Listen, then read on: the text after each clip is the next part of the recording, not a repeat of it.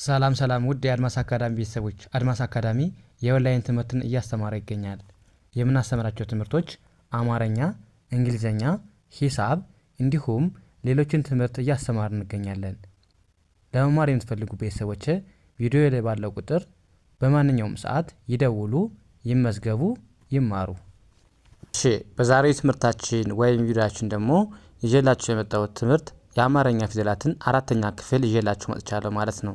ከዛሬ በፊት ክፍል 1፣ ክፍል 2፣ ክፍል 3ን እንዴት በቀላል መንገድ የአማርኛ ፊደላትን ድምጻቸውንም ሆነ ቅርጻቸውን በቀላል መንገድ ማወቅ እንደቻልን አይተናል። ዛሬ ደግሞ አራተኛ ክፍል ወይም አራተኛ ትምህርታችን ደርሰናል ማለት ነው። እንግዲህ ዛሬ የምናየው ከደ እስከ ጸ ያሉትን እንዴት በቀላል መንገድ ቅርጻቸውንና ድምጻቸውን በአጭር መንገድ ማወቅ እንችላለን የሚለውን አብረን እናያለን ማለት ነው። ከዛ በፊት ለቻናላችን አዲስ የሆናችሁ ቤተሰቦች ላይክ፣ ሼር፣ ሳብስክራይብ በማድረግ እኛንም ማበረታቱን ማለት ነው። እንግዲህ ወደ ትምህርቱ ስንሄድ እንደነገርኳችሁ ከደ ጀምረን እስከ ጸ እያንዳንዳቸው ቅርጻቸው ምን እንደሚመስል ድምጻቸው ምን እንደሚመስል እናያለን ማለት ነው። እንግዲህ የመጀመሪያው ምን ይላል? ድምጻቸው መጀመሪያ እናያለን፣ ከዛ ቅርጻቸው ማለት ነው። ስለዚህ የመጀመሪያ ማን ነው? ደ ደ ዱ ዲ ዳ ዴ ድ ዶ። እንድገመው አንዴ። ደ ዱ ዲ ዳ ዴ ድ ዶ። ያ ድምጻቸውን በዚህ መልኩ ካየን ወደ ቅርጻቸው ስንሄድ ሁሌም እንደምላችሁ የመጀመሪያን ፊደል ብቻ ማወቅ ነው የሚጠበቅባችሁ። የመጀመሪያን በደንብ ካወቃችሁ ቀጥሎ ያለው አይከብዳችሁም ማለት ነው። ስለዚህ የመጀመሪያ ፊደል ማን ነው? ደ ደ እንግዲህ ምንድነች? እንደምታዩት ምንም ቅጥል የለባትም፣ ኖርማል የምትጻፈው ማለት ነው። ከዛ ወደ ሁለተኛ ስንሄድ ደግሞ ሁሌም እንደምነግራችሁ ምን አለባቸው ማለት ነው? ጎናቸው ላይ ቅጥል እንዳለባቸው ማየት። ሶስተኛ ደግሞ እግራቸው ወደ ቀኝ የተንሻፈፈ መሆኑን ማወቅ። አራተኛ ደግሞ ባለ ሁለት እግር ምናምን ከሆኑ በግራ በኩል እግራቸው እንደሚያጥር ነግሬያችኋለሁ። አሁን እንደምታዩት ዳን እግሯ በግራ በኩል አጭር ነው ማለት ነው። ጃን ማየት ትችላላችሁ። ብቻ ባለ እግር ከሆኑ እግራቸው በግራ በኩል እንደሚያጥር መያዝ አለባችሁ ማለት ነው። ያ አምስተኛ ደግሞ ሁሌም እንደምላችሁ አምስተኛ ፊደል 34ቱ ምን አለባቸው? ቀለበት አለባቸው እግራቸው ላይ ማለት ነው። ጫፍ ላይ በቀኝ በኩል እግራቸው ቀለበት ይኖራቸዋል ማለት ነው፣ በቀላል መንገድ ለማወቅ። ስድስተኛ ፊደል ደግሞ የተለያየ ቅርጽ አላቸው። ቻውን ድነች ልክ እንደ ደ ትጻፍና ግን ከላይ ምን አለባት? ቅጥል አለባት ካናቷ ላይ ማለት ነው። በዚህ መለየት ትችላላችሁ። ወደ ሰባተኛ ስንሄድ ደግሞ ሰባተኛ ፊደል ደግሞ እንደምታዩት አሁን በቀኝ በኩል እግሩ አጭር ነው ማለት ነው። ባለ ሁለት እግር ወይም ባለ ሶስት እግር ከሆኑ ሰባተኛ ፊደሎች ማለት ነው። ስለዚህ እግራቸው በቀኝ በኩል ያጥራል ብያቸዋለሁ። የአራተኛ ደግሞ ተቃራኒ በግራ በኩል ነው የሚያጥረው። ይህኛው ደግሞ በቀኝ በኩል ከሆነ ሰባተኛ እንደሆነች እናውቃለን ማለት ነው። ስለዚህ በዚህ መልኩ ማየት ይኖርብናል ማለት ነው፣ በአጭር መንገድ ለማወቅ ከፈለግን። ያ ቀጣዩን እናንብብ። ጀ ጁ ጂ ጃ ጄ ጂ ጆ። እንድገመው እስኪ አንዴ። ጀ ጁ ጂ ጃ ጄ ጂ ጆ። ያ ይህን በቀላል መንገድ እንዴት ቅርጻቸው መለየት እንዳለብን እናያለን። አሁን እንደነገርኳችሁ የመጀመሪያ ምንም ቅጥል የለባትም፣ ኖርማል የምትጻፈው ማለት ነው። ጄ እችን ነች። እችን ብቻ ካወቃችሁ ሌላው በጣም ቀላል ነው ማለት ነው። ስለዚህ ጁ ከሆነ ልክ እንደ ዱ አሁን እዚህ ጋር እዩ፣ ጎን ላይ ሙሉን አሁን ሁለተኛ ፊደል እዩ፣ ጎናቸው ላይ ነው ቅጥል ያለባቸው። አሁን ሶስተኛ ስትሄዱ ደግሞ ጂን አሁን እዩት፣ ዲን ማየት ትችላላችሁ። እግሯ ወደ ቀኝ የተንሻፈፈ ነው ማለት ነው። ሁሉንም ማየት ትችላላችሁ። አራተኛ ባለ እግር ከሆኑ እግራቸው እንደሚያጥር ነግሬያችኋለሁ። ያው እግር ባለ ሁለት እግር ከሆኑ ማለት ነው፣ ወይም ባለ ሶስት ከሆኑ በግራ በኩል እግራቸው እንደሚያጥር እንደነገርኳችሁ ነው። ስለዚህ እግሯ ያጥራል ማለት ነው። እችም ከዛ ጄ ነው እንደምታዩት ቀለበት አለበት። ጂ ልክ እንደ ጄ ጻፍና ምን አለበት መሀል ላይ እቺ ቅጥላለችባት ማለት ነው። ጆ እንደምታዩት በቀኝ በኩል እግሩ አጭር ነው ማለት ነው። ስለዚህ በዚህ በቀላል መንገድ ነው የምትይዟቸው ማለት ነው።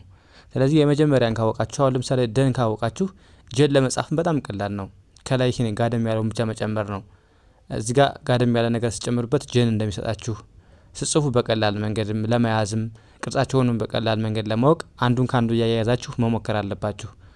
ለምሳሌ ዱ ስትሉ ከዚህ ላይ ከጋደም ነገር ስታደርጉባት ጁን ትሰጣቸዋለች ማለት ነው። ስለዚህ ይህን በደንብ ካወቃችሁ ለዚህኛውም ይረዳችኋል ማለት ነው። ስለዚህ እንደነገርኳችሁ ቅጥላቸውን እንደውም ቀለበት ያላቸውን ፊደሎች እንዴት በቀላል መንገድ ማወቅ እንችላለን የሚለውን በደንብ ማየት አለባችሁ ማለት ነው። ያ ወደዚህኛው እንሄድ። ገ ጉ ጊ ጋ ጌ ግ ጎ። እንድገመው አንዴ። ገ ጉ ጊ ጋ ጌ ግ ጎ። ያ ድምጻቸው ይህን ነው። አሁን ቅርጻቸው የመጀመሪያ እዩ። የመጀመሪያ ምንም ቅጥል 34ቱም የአማርኛ ፊደላት የመጀመሪያ ፊደል ከሆነ ምንም ቅጥል የሌለባቸው ከሆነ የመጀመሪያ ፊደል እንደሆኑ ማወቅ አለባችሁ ማለት ነው። ስለዚህ አሁን ግን ስታዩ ምንም ቅጥል የለበትም። ሁለተኛ ግን እዩ ጎኑ ላይ እንዳለበት ጉ። ሶስተኛ እዩዋት እግሯ ሸፋፋ ነው። አራተኛ ባለ እግር ከሆኑ ባለ ሁለት ወይም ባለ ሶስት ከሆኑ እግራቸው አጠራርያቸዋል። እግር ስለሌለው ምንድነው ማለት ነው? ወደ ግራ ናቸው። ወደ ግራ ሁሉም የዞር ናቸው ማለት ነው። ወደዚህ የተገለበጠ ነው ማለት ነው። የዞረ ነው። አምስተኛ ቀለበት እንዳለባቸው ስለነገርኳችሁ ግ ነች። ግ የተለያየ ቅርጽ ነው ያላቸው። ሰባተኛ ፊደል ግ። ይሄ ልክ እንደ ገ ይጻፍና ግን ጫፉ ላይ ቀለበት አለበት ማለት ነው። ጎ ልክ እንደ ገ ይጻፍና ከላይ ወደ ላይ ቀስት የቆመች ቀስት አለባት ማለት ነው። ስለዚህ በዚህ መልኩ መለየት ትችላላችሁ በቀላል መንገድ ማለት ነው። ከዛ ይሄኛው ማን ነው? ጠ ጠ ጡ ጢ ጣ ጤ ጥ ጦ። እንድገመው እስኪ አንዴ። ጠ ጡ ጢ ጣ ጤ ጥ ጦ። ያ ድምጻቸው ይህን ይመስላል። አሁን ቅርጻቸውን የመጀመሪያ እንደነገርኳችሁ ምንም ቅጥልም ምንም ቀለበት የለባትም። ኖርማል ለምትጻፈው እንደነገርኳችሁ። ሁለተኛ ደግሞ ጎን ላይ ምን አለባት? ቅጥል አለባት። ሶስተኛ እግሯ ሸፋፋ እንደሆነ ወደ ቀኝ የተንሻፈፈ እንደሆነ። አራተኛ እግሯ ያጥራል ብያቸዋለሁ። እግሯ በግራ በኩል አጭር ነው። አምስተኛ ባለ ቀለበት ነች ማለት ነው። ስድስተኛ ጥ ልክ እንደ ጥ ትጻፍና ግን ጠመም ያለ ነገር አለባት። እግሯም ይረዝማል ማለት ነው። መሀል ላይ ምንድናት ማለት ነው? ጠመም ያለ ነገር አላት ግን እግሯ ረጅም ነው ማለት ነው። ጦ ደግሞ እንደምታዩት በቀኝ በኩል እግሮቻቸው ያጥራል ብያቸዋለሁ። እግሯ አጭር ነው ማለት ነው። ያ በዚህ መልኩ በቀላል መንገድ ማወቅ ትችላላችሁ ማለት ነው። ያ ወደዚህኛው እንሄድ። ይሄኛውስ ማን ነው? ጨ ጨ ጩ ጭ ጫ ጬ ጭ ጮ። እንድገመው አንዴ። ጨ ጩ ጭ ጫ ጬ ጭ ጮ። ያ ይሄ እንደውም በጣም ቀላል ነው ማለት ነው። ከጠጋ በጣም ይመሳሰላል። ይሄን ቀለበቱን ብቻ መጨመር ነው። አሁን ለምሳሌ ጨን ስትጽፉ ከዚህ ከጠ ላይ ቀለበቱን ስትጨምሩ በቃ ጨን ይሰጣችኋል ማለት ነው በቀላል መንገድ። ስለዚህ ጡንም ስትጽፉ ምን አለ ማለት ነው? ቀለበት ብቻ መጨመር ነው እንጂ ተመሳሳይ ናቸው ማለት ነው። ስለዚህ አንዱ ከአንዱ የተያያዘ ስለሆነ በዚህ መልኩ ማወቅ ትችላላችሁ ማለት ነው።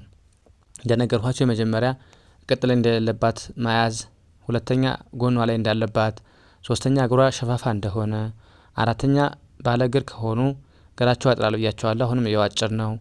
ጨ ቀለበት እንዳለባት ይኸው ድጋሜ ቀለበት አለባት እዚህ ጋር ማለት ነው። ጭ የተለያየ ቅርጽ ነው ያላቸው። እነዚህም ያው ልክ እንደ ጭ ጻፍና ግን መሀል ላይ ጠመም ያለ አንዱ እግሯ መሀል ላይ ያለው ረዘም ያለ እንደሆነ መያዝ። ጮ እግራቸው ያጥራል ብያቸዋለሁ። ሰባተኛ ያው በቀኝ በኩል እግራቸው አጭር ነው ማለት ነው። ያ ወደዚህኛው እንሂድ። ጰ ጱ ጲ ጳ ጴ ጵ ጶ። እንድገመው አንዴ። ጰ ጱ ጲ ጳ ጴ ጵ ጶ። ያ አሁን ድምጻቸውን አየን። የመጀመሪያ ጰ ይሄ ጰ ነው። ምንም ቅጥል እንደሌለበት መያዝ። ከዛ ሁለተኛ ጎኗ ላይ ቅጥል አለባት። ሶስተኛ እግሯ ሸፋፋ እንደሆነ መያዝ። አራተኛ እግሯ አጭር ነው። አምስተኛ እንደምታዩት ቀለበት አለባት። ሁሉም አለባቸው ማለት ነው። አምስተኛ ስድስተኛ ልክ እንደ ጰ ትጻፍና ግን ጎኗ ላይ መሀሏ ላይ ቅጥል አለባት ማለት ነው። ሰባተኛ እግሯ ያጥራል። እግሯ በቀኝ በኩል አጭር ነው ማለት ነው። ያ ወደ ቀጣዩና ወደ መጨረሻው ስንሄድ ማን ነው? ጸ ጸ ጹ ጹ ጺ ጻ ጼ ጽ ጾ። አንዴ እንድገመው። ጸ ጹ ጺ ጻ ጼ ጽ ጾ። ያ ድምጻቸውን በዚህ መልኩ አየን። አሁን ወደ ቅርጻቸው እንሂድ። ቅርጻቸው ልክ አሁን ይሄ የመጀመሪያ እንደምታዩት ነው። ምንም ቅጥል እንደሌለበት እቺ የመጀመሪያን ፊደል ብቻ ነው ማወቅ ያለባችሁ ማለት ነው። ስለዚህ የመጀመሪያ ፊደል ምንድነው? ቅጥል የለባትም፣ ኖርማል ነው። ከዛ ጹ ያው ጎኑ ላይ እንዳለበት መያዝ። ሶስተኛ ያው እግሯ ሸፋፋ ነው። አምስተኛ እግሯ አጭር ነው፣ ጻ። ይቅርታ አራተኛ ማለት ነው። አምስተኛ ጼ እንደምታዩት ቀለበት ናች። ስድስተኛ ልክ እንደ ጸ ጻፋለች፣ ግን ካናቷ ላይ ምን አለባት? ቅጥል። ሰባተኛ እግሯ አጭር ነው በቀኝ በኩል ማለት ነው።